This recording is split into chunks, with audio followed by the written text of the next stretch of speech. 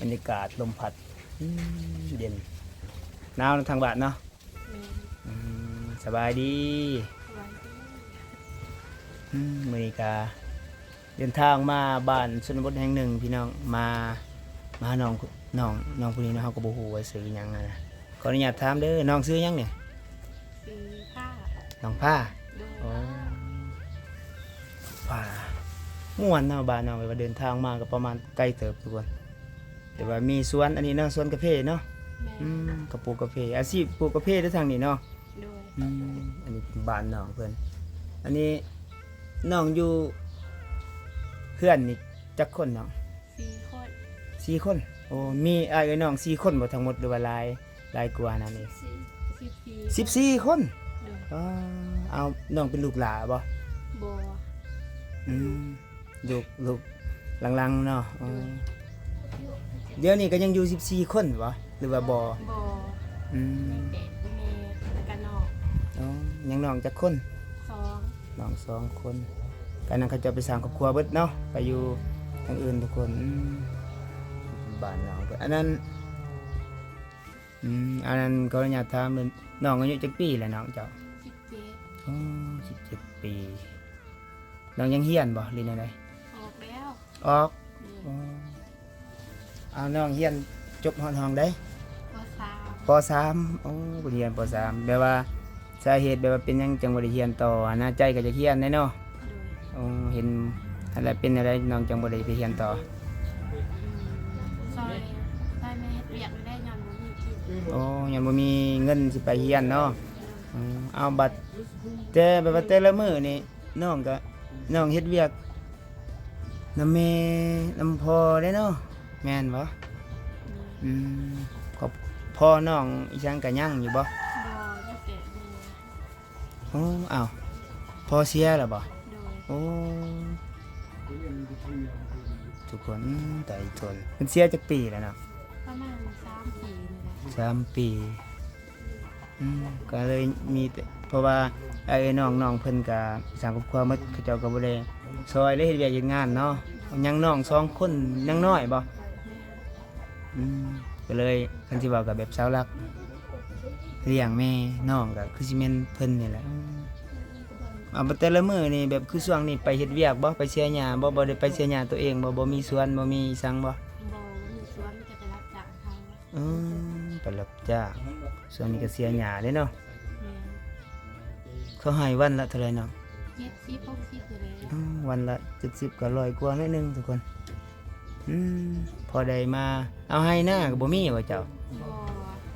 เพิ่นบ่มีไปรับจ้างจะไปซื้อข้าวเลยเนาะแม่คือเขาที่โลกินนะ จะอีตนตอนเราเลยเดินทางมาพี่น้องเบิ่งเพื่อนน้องเพิ่นก็คือบ่เห็นว่ามีพวกน้ำพวกหยังบ่มีบ่น้ำแบบน้ำโปมน้ำประปาบ่มีบ่ บ่มีที่จะเป็นตาที่รวย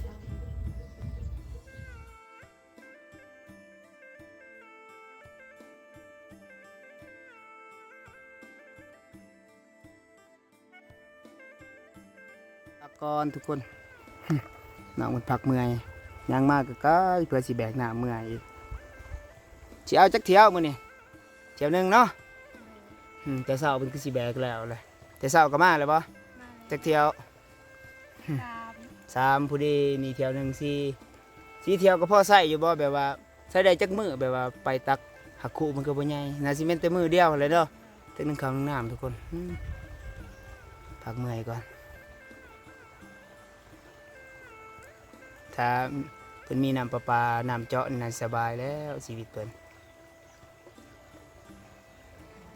คือเบาเล่เว้านั่นแหละบางคนก็โอ้ทำของมึงติดต่อน้องอยากแบบว่าทักส่วนตัวเบิ่งกันเป็นอยู่เฮือนซ่านหั้นนะเพิ่นก็บ่มีโทรศัพท์เบาเล่เคยถ่ายคลิปหลายๆคนบางคนก็มีบางคนก็บ่โทรศัพท์ไผก็อยากมีหมดนั่นแหละคันมีสมมุติคันน้องมีโทรศัพท์นี่ FC เพิ่นขอแบบช่องทางติดต่อนี่น้องสิให้บ่ให้บ่มีปัญหาเนาะแต่ว่าบ่มีก็บ่ฮู้สิให้ถ้าอยากโทรลินก็โทรทางเบาเล่คล้ายๆกับลูกสอด อินโดนีเซียมาอยู่ลาวคิดแต่ว่าเป็นลูกสอดม่วนเย็นมีพักมีหยังหลายเลยทางนี้ได้หลายเติบแล้วอ่ะ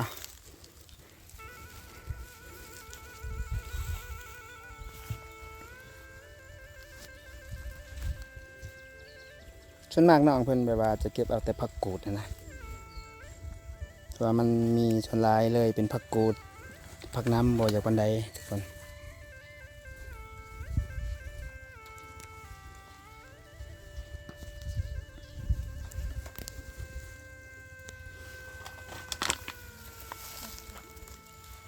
คอยเด้อระวังเลยอย่างูบ่เป็นหยังหรอก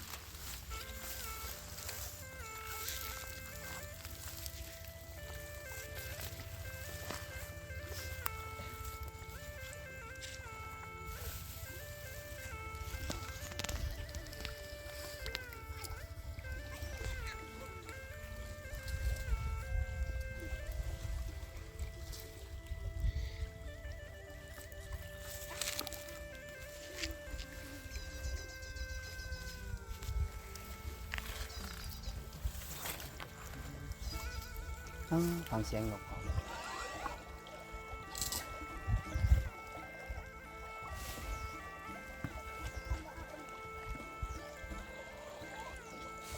มันกับบอแบบว่าบออันนั้นปันใดเนาะเกิดใหม่เนาะมาทันเขามันพักน้ำพักหยังไม่เห็นจะได้กินซุปเอาเลยเนาะซุปกระแซบอยู่เลยทุกคนเป็นผักแบบธรรมชาติ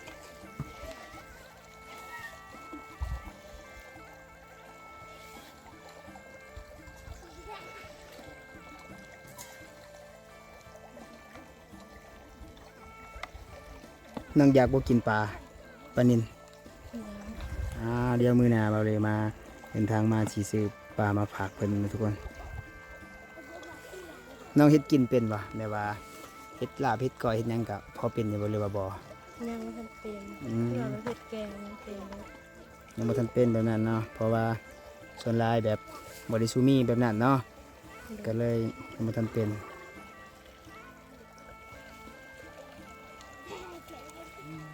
ที่เมื่อแล้วกลับเนาะเพราะว่า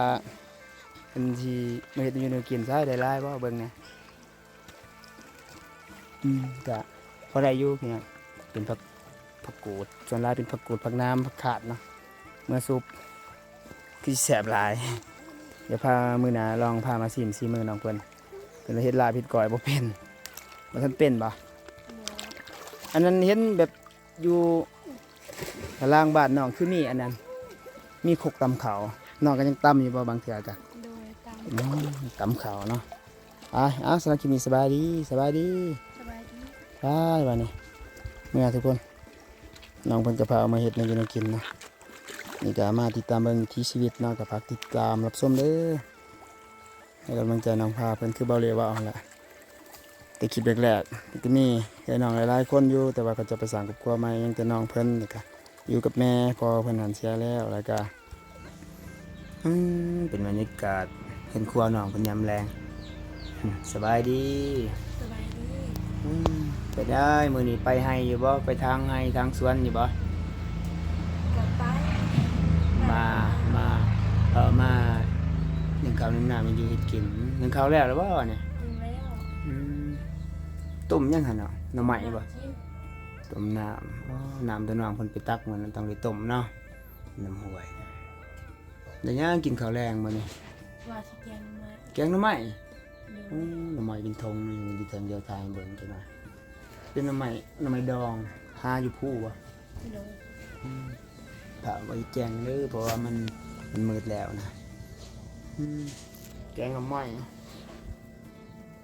แม่มาแล้วบ่มาแล้วมาไปอาบน้ำไปอาบน้ำเนาะ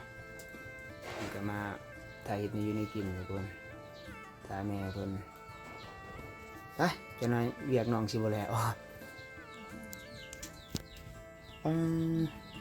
สบายดีจะได้บรรยากาศยามมื้อแลงต้มยังต้มหน่อไม้ว่าต้มอีสังต้มน้ำจิ้มโอ้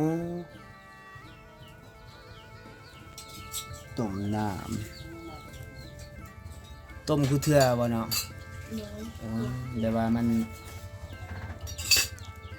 ปลอดภัยดีเนาะเพราะมันเป็นน้ำห้วยมันก็บ่ลอยนะทุกคนเป็นสิแกงหน่อไม้ทุกคนพุ่นโอ้ยหน่อไม้หามาดองไว้เนาะแบบว่ายามนี่บ่มีเด้เนาะ โดย แบบว่าเดี๋ยวมันหมดยามแล้วนะก็เลยมาดองไว้แบบว่าจะได้อยากกินก็เลยเอามาแกงจะสบาย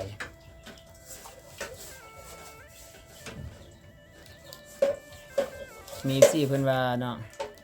ยังพาโสดบ่เพิ่นว่า โดย โสด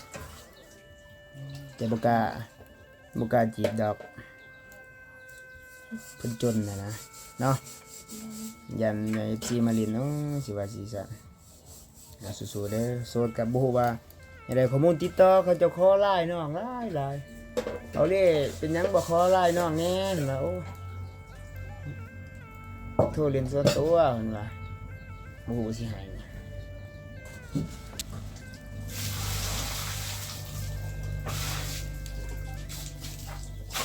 เพิ่นสูงเลยทุกคนตัวจริงสูงเลยบริกรรม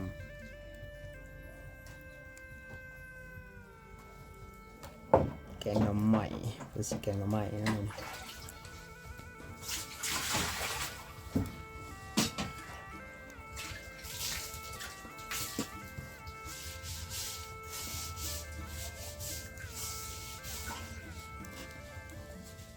เพื่อนน่าสิไปตัดมาจากป่านี่เนาะยังดังพื้นอยู่เด้อทุกคนบ่ได้ดังแบบพวกทานพวกนั้นเบิ่งอันนี้พาเพื่อนมันดำแล้วพุ่น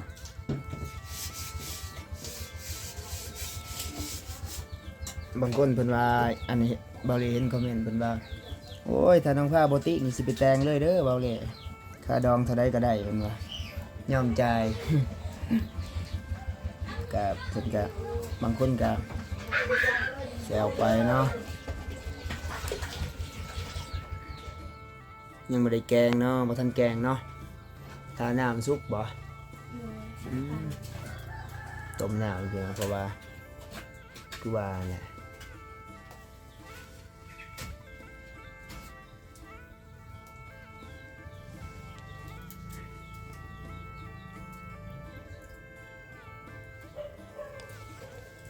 สอบอีซ่าเข่าไว้เนาะ โดย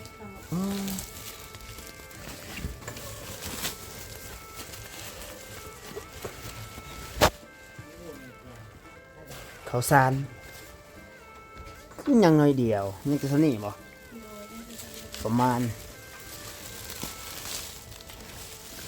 าณ12-13 กิโล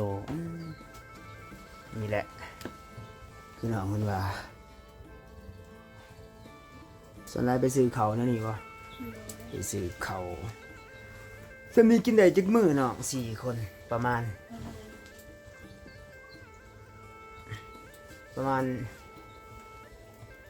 หาไม่ได้ ประมาณ5 มื้อเนาะ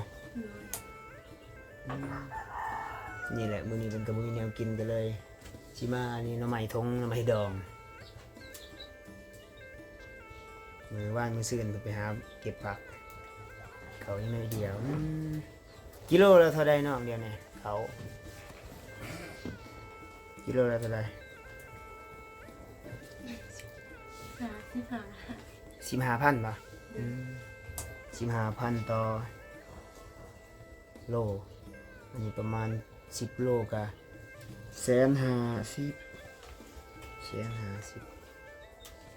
ประมาณอยู่200ปลายนิดหนึ่งโอ้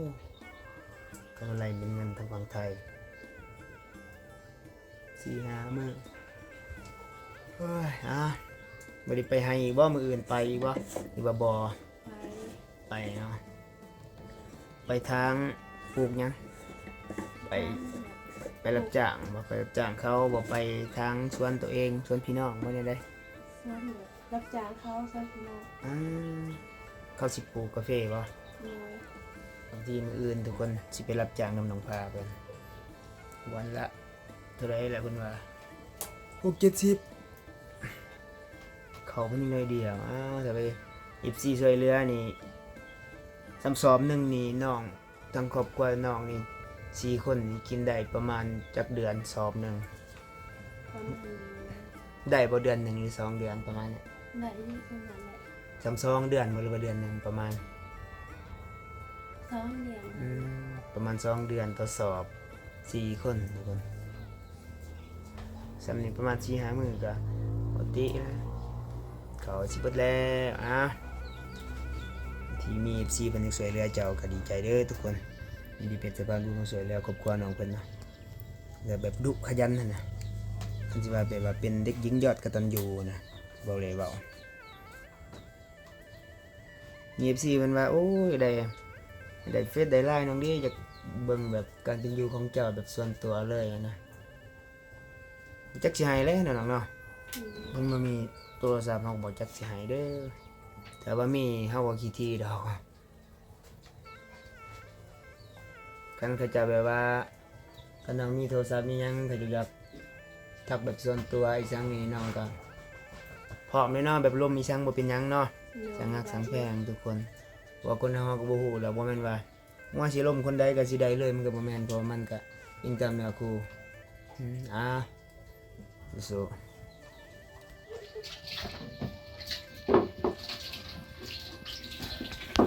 ขยันเลยทุกคนน่าสิเป็นลูกสะใภ้พังไทยน่าสิขยันดีหนู FC สิมักเพิ่นหรือบ่แต่ว่าเพิ่นว่าถ้าบุญวาสนาหรือเนื้อคู่บ่ฮู้ว่าเป็น FC เบาเหลหรือบ่หรืออยู่ทางใดถ้าได้แบบเอากันอีสังนะเพิ่นว่าได้ให้มาอยู่นำแม่เนาะมีไผเลี้ยงแม่ไปมาสะอาดเลยบ้านเพิ่นนี่เป็นครัวเนาะมองเป็นอยู่ครัวกิน